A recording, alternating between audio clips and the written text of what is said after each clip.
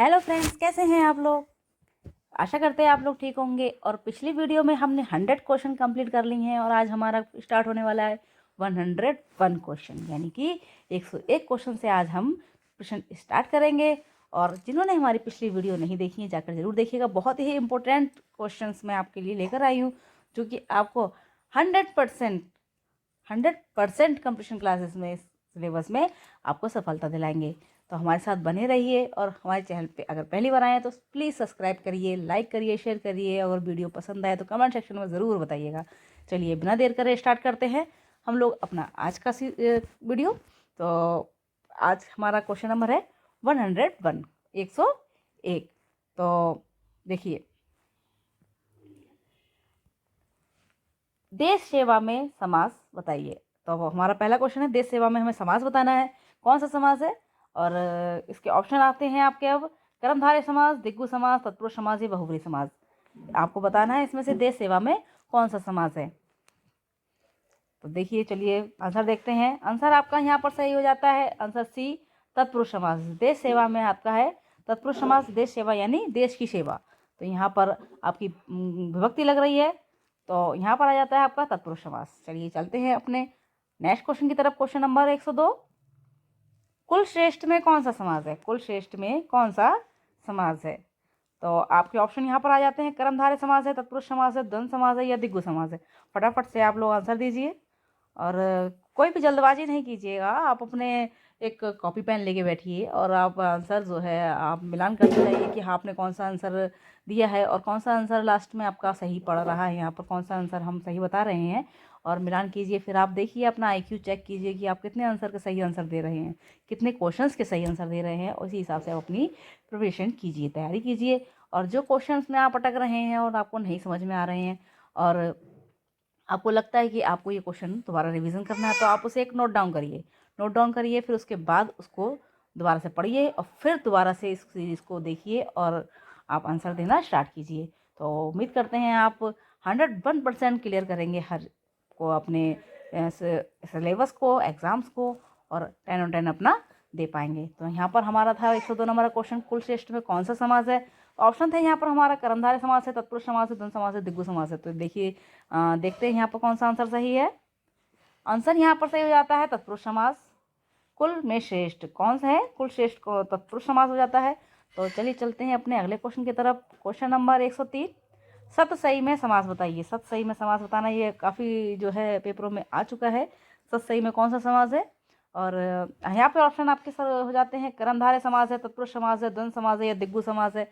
आपको बताना है सत सही में कौन सा समास है। हाँ, कौन कौन सा समास है सत सही में? चलिए देखते हैं। यहाँ आ जाता है आपका ऑप्शन सही, डी, यानी दिग्गु। सत सही में दिग्गु समास। देखिए यहाँ पर सत लिखा हुआ है। आपको मैं अगर आपने मेरी पिछली वीडियो देखी होंगी तो मैंने आपको बताया होगा कि जो दिग्गु समास होता है वह संख्यावाचक होता है। कैसा होता है? संख्यावाचक होता है ना।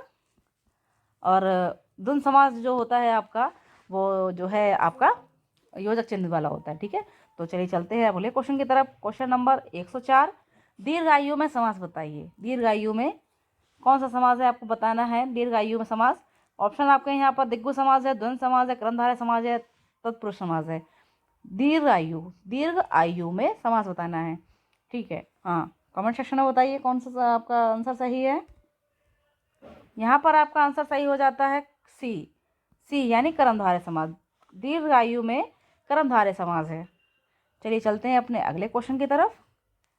क्वेश्चन नंबर 105, पंचानन में समास बताइए। पंचानन में समास बताना है। देखिए, ऑप्शन यहाँ पर आपके पढ़ते हैं, तत्पुरुष समास है, दिग्गु समास है, द्वंद्व समास है या बहुब्री समास है। पंचानन, पंचानन आप देखिएगा, आपने मेरी पिछली वीडियो देखी होंगी और पिछली वीडियो में मैंने इसके बारे में विशेषतर आपको डीपली बताया है। और अगर आपने नहीं देखी है तो आप जाकर प्लीज़ देखिए और समझिए, आपको बहुत अच्छे से समझ में आएगा। और उम्मीद करते हैं कि आप किसी भी एग्ज़ाम में समास तो बिल्कुल भी नहीं भूलेंगे। समास है आपकी संधि है, बिल्कुल भी नहीं भूलेंगे। आप अगर हमारी वीडियो लगातार देख रहे हैं और हमारे साथ बने हुए हैं तो आप जो है समास और संधि से तो बेफिक्र रहिए, बिल्कुल भी बेफिक्र रहिए। इसकी तो हमने डिटेल में आपकी तैयारी करवा रखी है। ठीक है, तो हमें देखना है पंचानन में समास कौन सा है।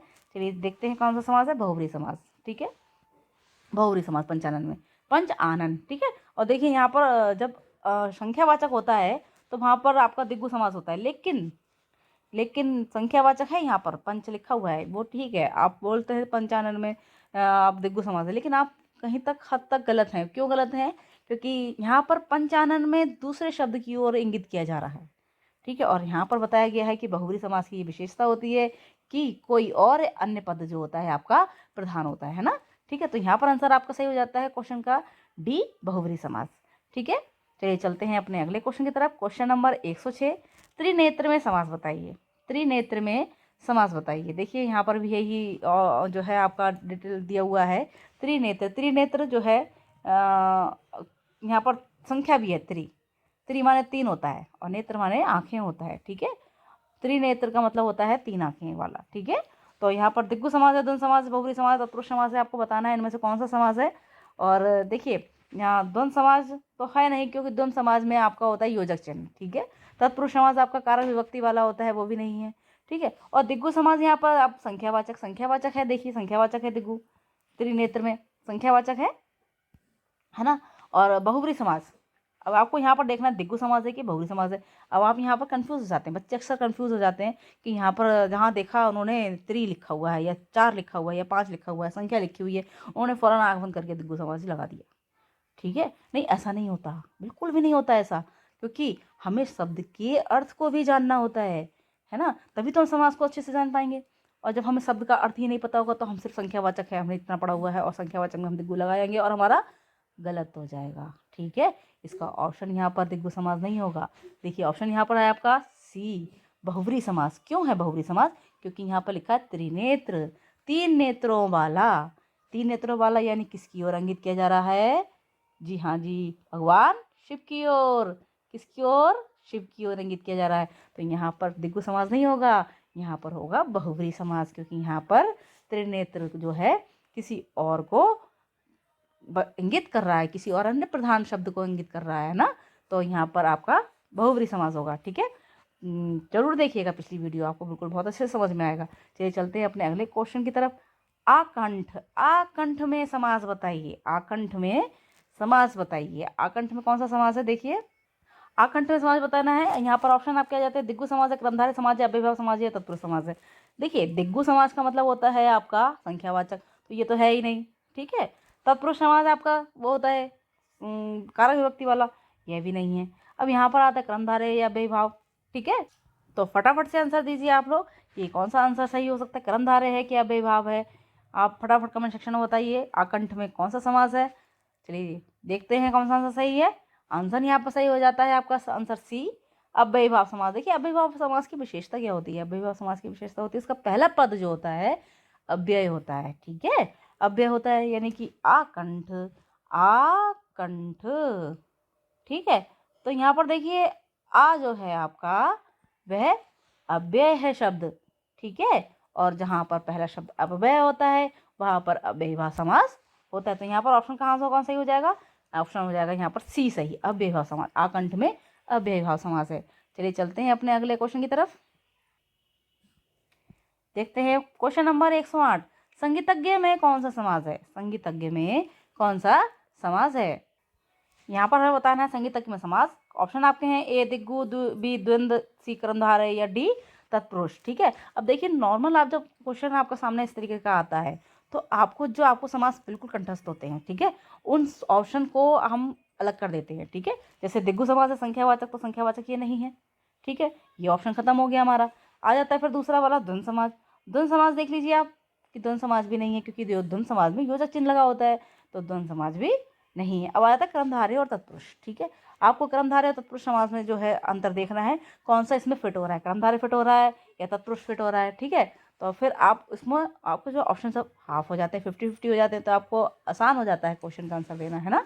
तो चलिए देखते हैं कौन सा आंसर यहाँ पर सही है। आंसर यहाँ पर सही हो जाता है आपका डी, तत्पुरुष समास। यहाँ पर संगीतज्ञ यानी संगीत में अज्ञ, यानी संगीतज्ञ निपुण संगीत में, है ना।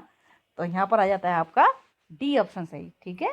चलिए चलते हैं अपने अगले क्वेश्चन की तरफ। क्वेश्चन नंबर यथासाध्य, क्वेश्चन नंबर 109, यथासाध्य में कौन सा समास है? यथासाध्य में कौन सा समास है, ठीक है। यहाँ पर हमें समास बताना है। ऑप्शन आपके आ जाते हैं ए द्वंद्व, बी अव्ययभाव, सी क्रमधारय या डी तत्पुरुष, देखिए यथाशक्ति, यथासाध्य बहुत ज़्यादा है, देखो मेल खा रहा है ना, तो ये दोनों एक ही समास हैं। और यथाशक्ति और ये तो पढ़ा हुआ होगा आपका, है ना, क्योंकि समास में तो ये चीज़ नॉर्मल हर बुक में दिया हुआ है, हर जो है किताब में यथाशक्ति दिया होता है, तो आराम से ही पहचाना जा सकता है हम लोगों ने अगर पढ़ा हो तो, है ना।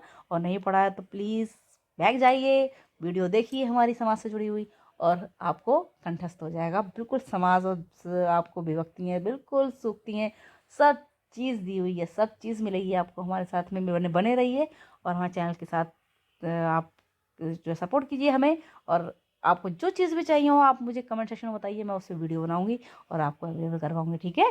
तो आप हम यहाँ पर थे 109 नंबर के क्वेश्चन पे, और यहाँ पर हमको बताना है यथासाध्य में कौन सा समास है। तो यहाँ पर हम ऑप्शन देख लेते हैं, सही कौन सा है। ऑप्शन यहाँ पर सही हो जाता है अव्ययीभाव समास। देखिए पहला पद अव्यय होता है ना, इसमें आपको मालूम होना चाहिए कि अव्ययीभाव समास है, पहला पद अव्यय होता है, और यहाँ पर यथा शब्द यहाँ पर जो लगा हुआ है ये अव्यय में आता है, ठीक है। चलिए चलते हैं अपने अगले क्वेश्चन की तरफ। क्वेश्चन नंबर 110, 110, चतुर्वेद में समास बताइए, चतुर्वेद में समास बताइए।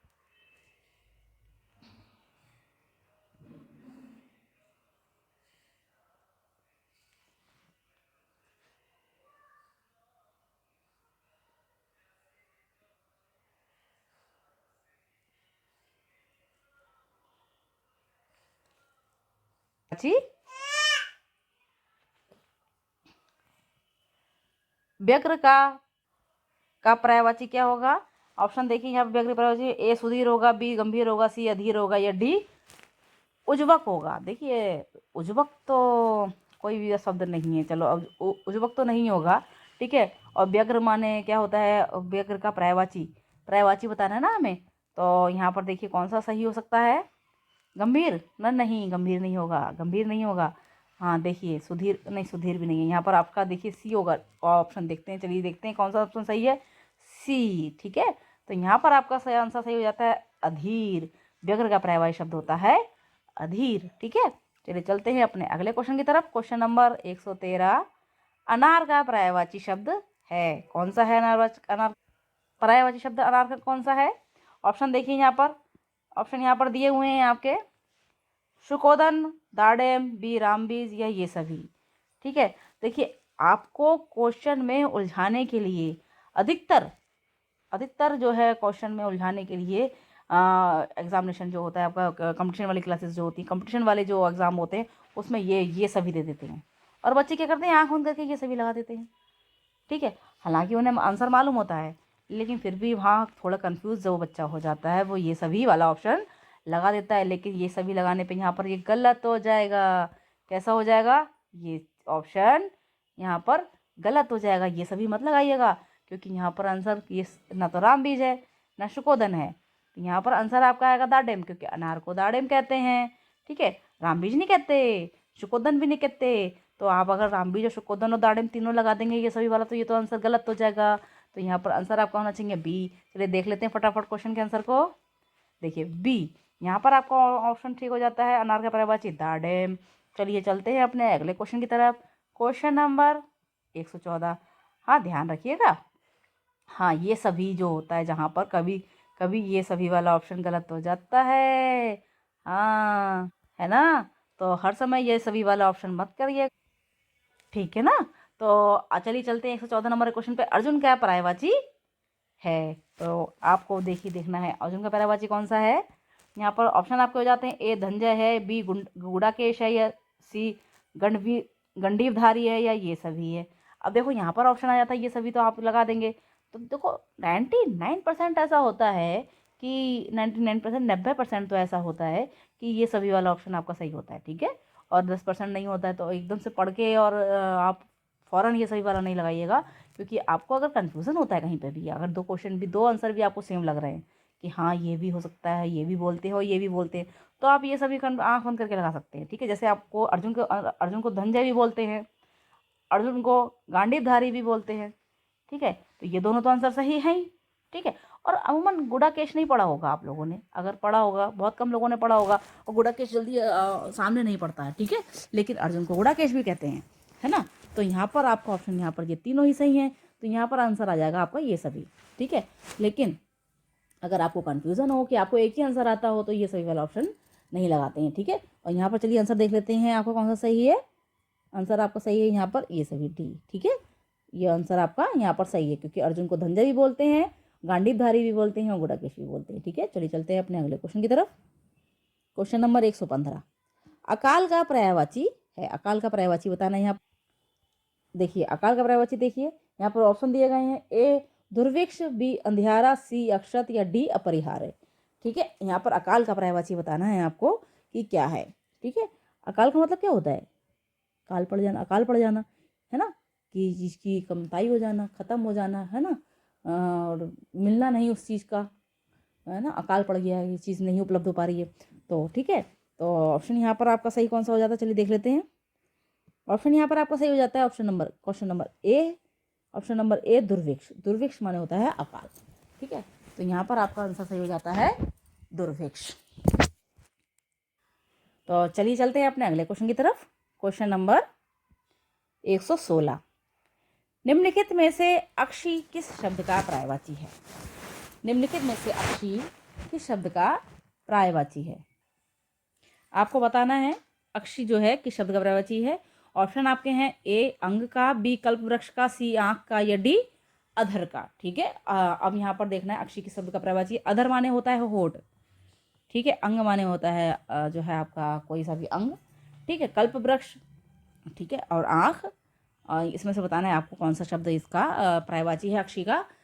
चलिए देख लेते हैं आंसर कौन सा यहाँ पर सही है। आंसर यहाँ पर सही हो जाता है ऑप्शन नंबर सी आँख, ठीक है। अक्षी आँख का पर्यायवाची होता है अक्षी, ठीक है।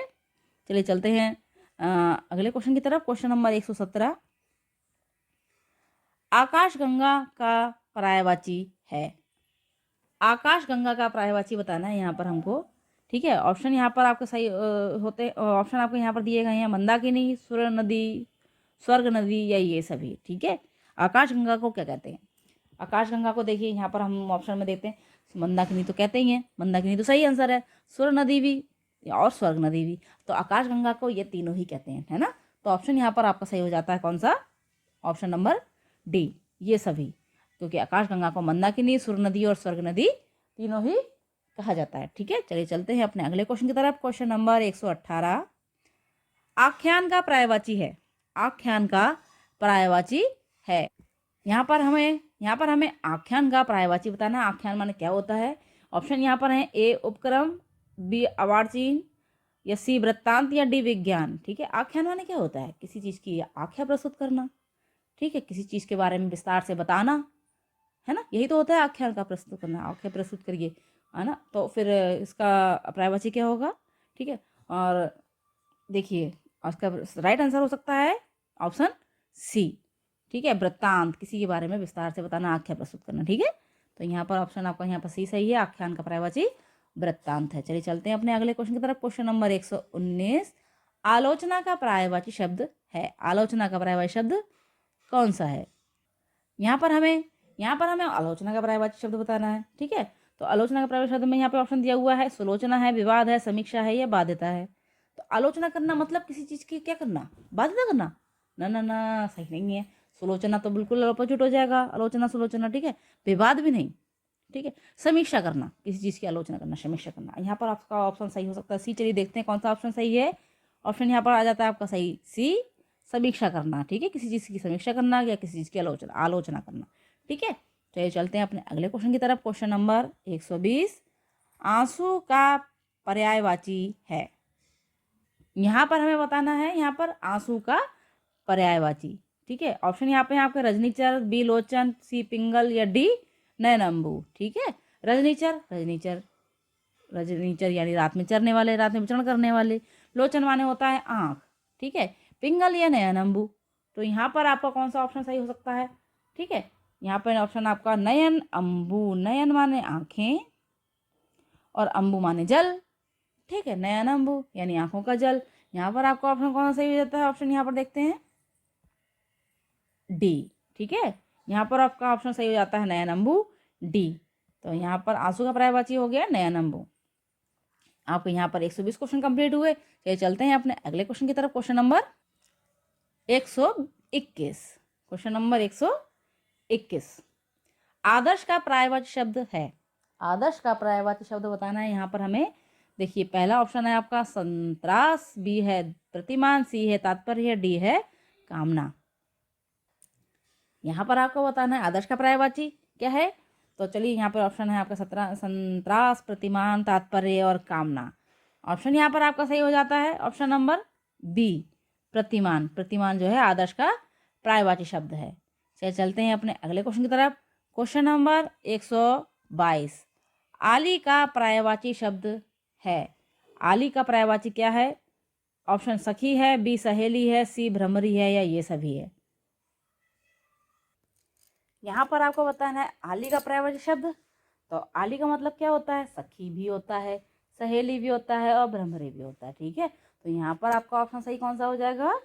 ऑप्शन नंबर डी, ये सभी। आली का पर्यायवाची शब्द हो गया ये सभी, सखी भी, सहेली भी और भ्रमरी भी। चलिए चलते हैं अपने अगले क्वेश्चन की तरफ। आरोग्य का पर्यायवाची शब्द है। आरोग्य का पर्यायवाची शब्द कौन सा है? यहाँ कौन सा है? यहाँ पर ऑप्शन सही, ऑप्शन नंबर सही है यहाँ पर ए। थोड़ा सा भी इसका कट गया था वीडियो का, तो यहाँ पर आपका ऑप्शन सही हो जाता है ऑप्शन नंबर ए। ए जो है इंद्र का पर्यायवाची शब्द नहीं है, क्योंकि जो है सुरेंद्र भी इंद्र का पर्यायवाची शब्द है, देवेश भी इंद्र का पर्यायवाची शब्द है और सुरेश भी इंद्र का पर्यायवाची शब्द है, और विष्णु इंद्र का पर्यायवाची शब्द नहीं है। यहाँ पर नहीं वाला ही पूछा गया है। ठीक है, चलिए चलते हैं अपने अगले क्वेश्चन की तरफ। निम्न में से इष्ट का पर्यायवाची शब्द है। इष्ट का पर्यायवाची शब्द यहाँ पर हम लोगों को बताना है।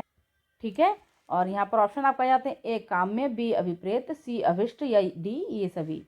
ठीक है, अभिष्ट तो होता ही है, ठीक है, काम्य भी होता है, कामना जो हमारी पूरी करे वो काम्य, और अभिप्रेत, ये तीनों ही शब्द यहाँ पर सही हैं। तो ऑप्शन यहाँ पर हमारा सही हो जाता है ये सभी, ऑप्शन नंबर डी, ये सभी। इष्ट का पर्यायवाची है काम्य, अभिप्रेत और अभिष्ट, तीनों ही। चलते हैं अपने अगले क्वेश्चन की तरफ। इंद्राणी का पर्यायवाची शब्द कौन सा है? इंद्राणी का पर्यायवाची शब्द कौन सा है? यहाँ पर हमें बताना है इंद्राणी का पर्यायवाची शब्द। ऑप्शन है आपके ए राधा, बी मीरा, सी गौरी या डी शची। इनमें से कौन सा शब्द है जो इंद्राणी का पर्यायवाची शब्द है? हाँ बताइए कमेंट सेक्शन में। ऑप्शन यहाँ पर आपका सही हो जाता है ऑप्शन नंबर डी, शची।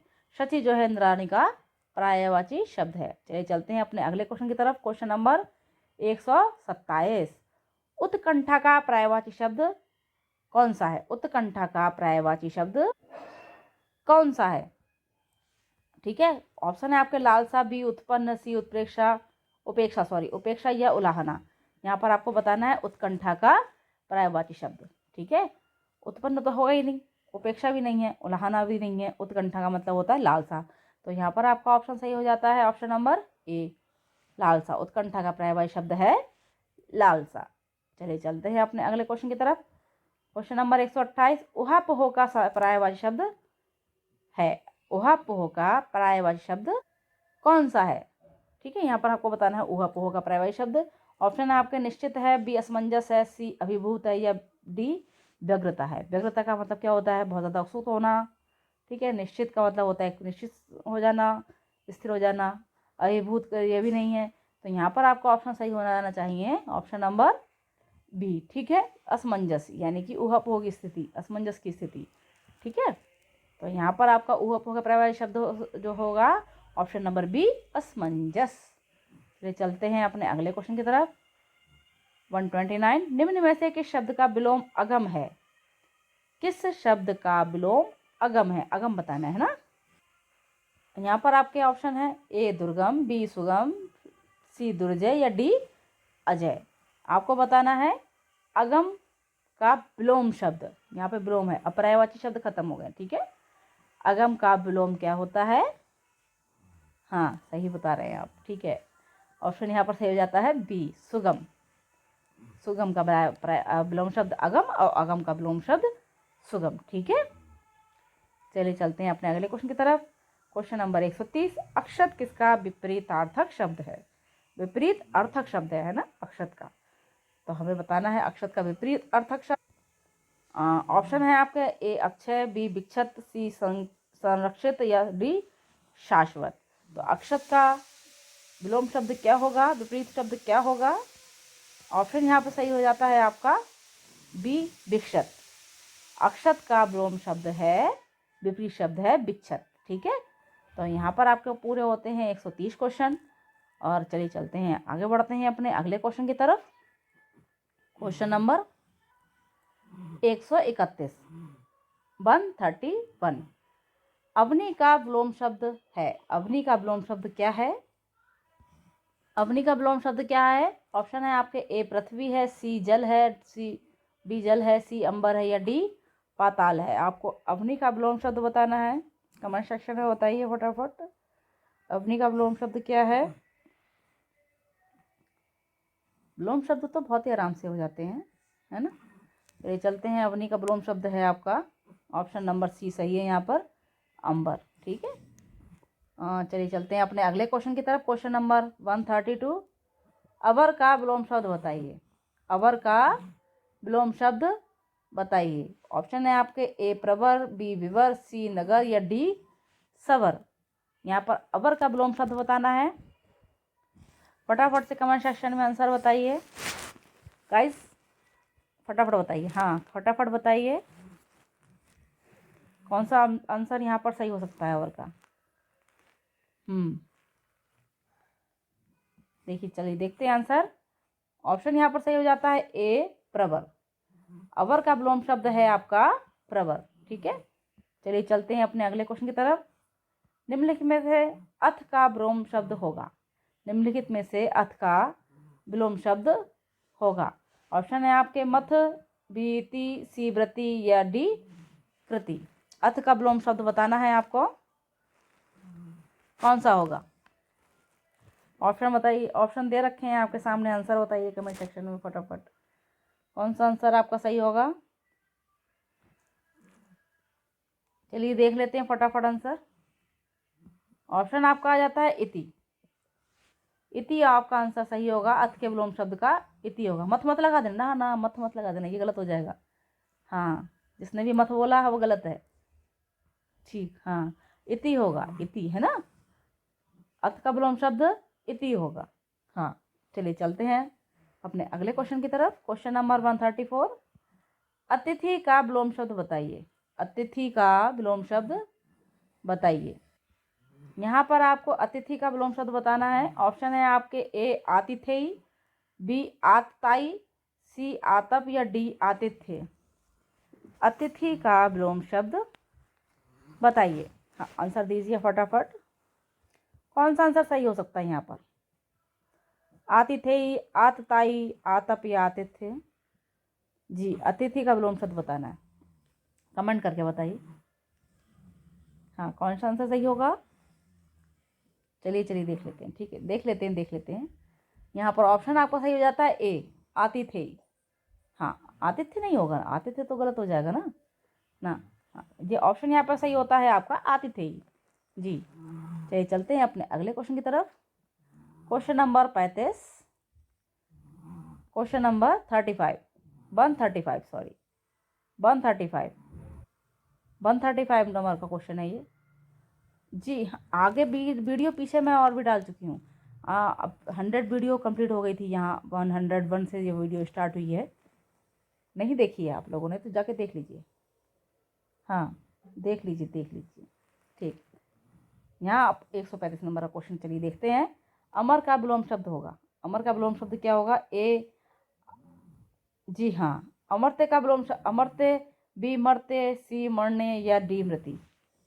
अमर का विलोम शब्द क्या होगा? अमर हो जाना। हाँ, अमर हो जाना, हाँ मर जाना, अमर हो जाना। ठीक, सही कह रहे हैं आप, अमर बिल्कुल आपका ऑप्शन सही है, बी ही आंसर आएगा। देखते हैं, बी ही आंसर आएगा। और बताइए, और बताइए कौन सा आंसर सही हो सकता है, और कमेंट सेक्शन में बताइए कि बी सही है ना। हाँ, काफ़ी लोगों के आंसर बी ही आ रहे हैं। ठीक, चलिए देखते हैं। आंसर आपका यहाँ पर सही जाता है बी। ठीक है, बी आंसर सही है। अमर का विलोम शब्द बी ही है। ठीक है, मरते, मरते माने मरना, और अमर माने विलोम होना, और अमर माने अमर हो जाना। ठीक है, हाँ चलिए चलते हैं अपने अगले क्वेश्चन की तरफ। 136, अग्र का विलोम शब्द कौन सा होगा? इजी, बहुत इजी क्वेश्चन आ रहा है अब तो। हाँ, फटाफट आंसर दीजिए कीजिए। हाँ, फटाफट आंसर दीजिए। अग्र का विलोम शब्द, अग्र का विलोम शब्द बताना है। ऑप्शन है आपके अग्रिम, बी पश्च, सी व्यग्र या डी विनत। हाँ, अग्र का विलोम शब्द कौन सा है? अग्र का, हाँ, अग्र माने आगे, आगे होता है, अग्रिम तो नहीं होगा। अग्र का विलोम अग्रिम कैसे हो जाएगा? हम व्यग्र भी नहीं होगा, व्यग्र माने गुस्सा होता है। विनित भी नहीं होगा। यहाँ पर ऑप्शन आपका सही होगा बी। देखते हैं चलिए। हाँ, जिन्होंने बी दिया, ठीक है, बी वाले ऑप्शन वाले सब सही हैं। बी पश्च, अग्र का विलोम शब्द हो जाता है आपका पश्च। हाँ, अग्र का विलोम शब्द आपका पश्च है। चलिए चलते हैं अगले क्वेश्चन की तरफ। क्वेश्चन नंबर 137, अपकार का विलोम शब्द बताइए। अपकार का विलोम शब्द बताना है, अपकार का। ऑप्शन है आपके अनिष्ट, बी विनिष्ट, सी उपकार या डी परोपकार। अपकार का विलोम शब्द बताना है, क्या है? अनिष्ट है, विनष्ट है, उपकार है या परोपकार है? कमेंट सेक्शन में आंसर दीजिए फटाफट। कौन सा आंसर यहाँ पर सही हो जाता है? अनिष्ट है, विनिष्ट है, उपकार है या परोपकार है? देखिए, अगर आप लोग मेरी वीडियो बाद में देखते हैं, किसी भी समय देखते हैं, तो आप एक सीरीज, जैसे आपका होता है ना ऑप्शंस वाली सीरीज होती है, आप नंबर डाल दीजिए और ABCD हाँ लिख दीजिए और क्वेश्चन पढ़िए और अपने में जो है टिक लगाइए, ये वाला आंसर सही है।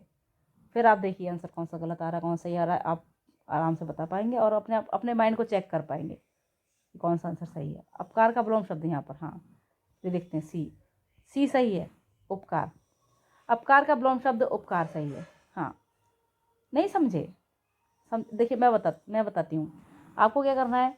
जैसे जो क्वेश्चन से आपको वो ऐसे कर 1 2 3 4 5 6 7 8 इस तरीके से लिख लेना, ठीक है, और उसके आगे ABCD डाल देना, ऐसे करके ABCD, ठीक, ABCD इस तरीके से आपको लिख लेना है ना। हाँ, ये इस तरीके से आपको एक कॉपी पे, जैसे या फिर OMR शीट मिल भी जाती है मार्केट में। ये माइंड चेक करने के लिए बहुत अच्छी तरकीब होती है कि आप इस तरीके से OMR शीट जो है ले आएँ, ठीक है, उसमें इस तरीके से बना हुआ होता है ना। या फिर आप और आराम से वैसे भी कर सकते हैं कि आप सिर्फ नंबर डाल लें, है ना, और जैसे जैसे जैसे जैसे मैं क्वेश्चन बोलती रहूँ, ठीक है, और आंसर से पहले, जैसे मैंने बोला 137 का, मान लीजिए 137 ये वाला है, ठीक है, तो आपको आंसर सही लगता है सी, मेरे आंसर बताने से पहले आप सी पे अपना टिक कर लीजिए, और आपको लगता है आपका आंसर सही है, ठीक है, तो आप यहाँ टिक कर लीजिए, और आपने अगर आंसर गलत दिया हुआ है तो फिर आप गलत टिक कर लीजिए। नेक्स्ट आपको मालूम है आपको 137 का दोबारा रिवीजन करना है, ठीक है, और उस क्वेश्चन को दोबारा आप नोट डाउन करिए और फिर से पढ़िए, ठीक, हाँ, ठीक है। चलिए चलते हैं अपने अगले क्वेश्चन की तरफ। क्वेश्चन नंबर 138, अभियुक्त का विलोम शब्द क्या होगा? अभियुक्त का विलोम शब्द क्या होगा? ऑप्शन है आपके निरपराध, बी भोगी, सी अभियोगी या डी योगी। अभियुक्त का विलोम शब्द क्या होगा? ऑप्शन यहाँ पर देख लेते हैं। ऑप्शन यहाँ पर सही हो जाता है ऑप्शन नंबर ए, निरपराध, निरपराध। अभियुक्त का विलोम शब्द होगा निरपराध। और चलिए चलते हैं अपने अगले क्वेश्चन की तरफ। 139, अभिजात्य का विलोम शब्द बताइए। अभिजात्य का विलोम शब्द बताइए। ऑप्शन है आपके ए कुलीन, बी सामान्य, सी अकुलीन या डी वंचित। अभिजात्य का विलोम शब्द बताना है आपको। अभिजात्य का विलोम शब्द क्या होगा? चलिए ऑप्शन देख लेते हैं। ऑप्शन यहाँ पर सही हो जाता है आपका ऑप्शन सी, अकुलीन। अकुलीन बिना कुल वाला, ये तो अभिजात्य है और ये अकुलीन है, ठीक है, तो यहाँ पर आपका ऑप्शन सही हो जाता है ऑप्शन नंबर सी, अकुलीन। चलिए चलते हैं अपने अगले क्वेश्चन की तरफ। क्वेश्चन नंबर 140, अतिवृष्टि का विलोम शब्द क्या होगा? क्वेश्चन नंबर देखते हैं, चलिए 141, 141। अवनत का विलोम शब्द कौन सा है? अवनत का विलोम शब्द इनमें से कौन सा है? ऑप्शन है आपके विनत, अभिनत, सी उन्नत या डी सुनत। आपको बताना है अवनत का विलोम शब्द। हाँ, अवनत का विलोम शब्द बताना है, कमेंट सेक्शन में जरूर जल्दी से बताइए, फटाफट बताइए। ऑप्शन यहाँ पर आपका सही हो जाता है ऑप्शन नंबर सी, उन्नत। उन्नत आपका ऑप्शन सही हो जाता है। उन्नत का विलोम शब्द है अवनत और अवनत का विलोम शब्द है उन्नत, ठीक है। चलिए चलते हैं अपने अगले क्वेश्चन की तरफ। क्वेश्चन नंबर 142, आध्यात्मिक का विलोम शब्द क्या होता है? आध्यात्मिक का विलोम शब्द क्या होता है? ए सांसारिक होता है, बी पारलौकिक होता है या सी भौतिकी होता है या वैचारिक होता है। आपको यहाँ पर सही आंसर बताना है। आध्यात्मिक का विलोम शब्द क्या होता है? बहुत सरल सरल हैं क्वेश्चन। विलोम शब्द तो बहुत ही ज़्यादा सरल होते हैं, बहुत ही कम विलोम शब्द ऐसे होते हैं जिसमें अटकना होता है, सरल होते हैं। अगर आप पढ़ेंगे तो पढ़ने वालों के लिए सब चीज़ सरल है, बिना पढ़ने ना पढ़ने वालों के लिए कुछ भी सरल नहीं है। हाँ, सब पढ़ने वालों के लिए सरल है। ऑप्शन बताइए, आंसर दीजिए। आंसर आध्यात्मिक का विलोम शब्द कौन सा सही है? चलिए देख लेते हैं। ऑप्शन यहाँ पर सही हो जाता है ए, सांसारिक। आध्यात्मिक का विलोम शब्द सांसारिक सही है। चलिए चलते हैं अपने अगले क्वेश्चन की तरफ। क्वेश्चन नंबर 143, आरोहण। आरोहण का विलोम शब्द क्या है? आरोहण का विलोम शब्द क्या है? ऑप्शन है आपके तोरण, आहरण, अवरोहण या आरोही। आरोहण का विलोम शब्द क्या है? तोरण है, आहरण है, अवरोहण है, आरोही है। फटाफट से आंसर दीजिए, कौन सा आंसर सही हो सकता है इसमें विलोम शब्द में? आरोहण का विलोम कौन सा है? हाँ, चलिए आंसर देख लेते हैं। सी आंसर आपका यहाँ पर सही हो जाता है, सी, अवरोहण। आरोहण का विलोम शब्द अवरोहण है। चलिए चलते हैं अपने अगले क्वेश्चन की तरफ। क्वेश्चन नंबर 144, आकर्षक का विलोम शब्द बताइए। आकर्षक का विलोम शब्द बताइए। प्रेम? हाँ, नहीं, प्रेम नहीं होगा। ऑप्शन देखिए यहाँ पर, ए प्रेम, बी घृणा, सी विकर्षण या डी संकर्षण। आकर्षण का विलोम शब्द बताइए। आकर्षण का विलोम शब्द पूछ रहे हैं। ऑप्शन चलिए देख लेते हैं फटाफट। ऑप्शन यहाँ पर सही हो जाता है सी, ऑप्शन नंबर सी हो जाता है विकर्षण। विकर्षण आकर्षण का विलोम शब्द है, विकर्षण। चलिए चलते हैं अपने अगले क्वेश्चन की तरफ। क्वेश्चन नंबर 145, अकीर्ण का विलोम शब्द बताइए। अकीर्ण का विलोम शब्द बताइए। ऑप्शन है आपके, ए संकीर्ण, बी विकीर्ण, सी प्रकीर्ण या डी विस्तृत। हाँ, अकीर्ण का विलोम शब्द बताइए, क्या हो सकता है? संकीर्ण होगा, विकीर्ण होगा, प्रकीर्ण होगा या विस्तृत होगा? क्या हो सकता है अकीर्ण का विलोम शब्द? देखते हैं आंसर यहाँ पर। ऑप्शन यहाँ पर सही हो जाता है विकीर्ण। अकीर्ण का विलोम शब्द विकीर्ण है। ठीक है, चलिए चलते हैं अपने अगले क्वेश्चन की तरफ। क्वेश्चन नंबर 146, आगमन किसका विपरीत अर्थक है? आगमन किसका विपरीत अर्थक शब्द है? ऑप्शन यहाँ पर आपके दिए हुए हैं, ए निगमन निर्गमन, बी वियोजन, सी निर्गत, डी निष्कासन। निर्गमन, वियोजन, निर्गत या निष्कासन।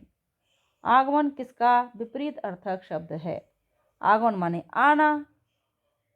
हाँ हाँ, सही कह रहे हैं, सही सही जा रहे हैं आप लोग, बिल्कुल सही आंसर है आपका। चलिए चलिए चलिए चलिए देख लेते हैं, चलिए देख लेते हैं। देखिए, ठीक है, राइट है ना, ए सही है, बिल्कुल सही है। निर्गमन, आगमन और निर्गमन। आगमन माने आना, निर्गमन माने जाना। हाँ ठीक है, चलिए चलते हैं अपने अगले क्वेश्चन की तरफ। 147, आरोही का विलोम शब्द क्या है? आरोही का विलोम शब्द क्या है? ऑप्शन है आपके, ए अवरोही, बी क्रमागत, सी विगत या डी लगातार। आरोही का विलोम शब्द क्या है? चढ़ना उतरना, हाँ वही, यही चीज़ है आरोही अवरोही। सही आंसर है। ठीक है, चलिए देख लेते हैं आंसर। ठीक है, ए सही है, ये सभी को आता है ना। आरोही का विलोम शब्द है अवरोही। हाँ, सरल भी आ जाता है, कठिन भी आ जाता है, कभी कभी बहुत कठिन आ जाता है, इसमें सोच में पड़ जाते हैं कौन सा आंसर सही होगा। नहीं, पढ़ते रहिए, लगातार बने रहिए आप लोग हमारे साथ। अगर आपको किसी और कोई और चीज़ आपको लगता है कि जो है हम आपको बताएं, आपको समझाएं या बताएं, तो आप हमें कमेंट सेक्शन में बताइए, हम उस चीज़ की वीडियो आपको उपलब्ध करवा देंगे, बताएंगे, ज़रूर बताएंगे।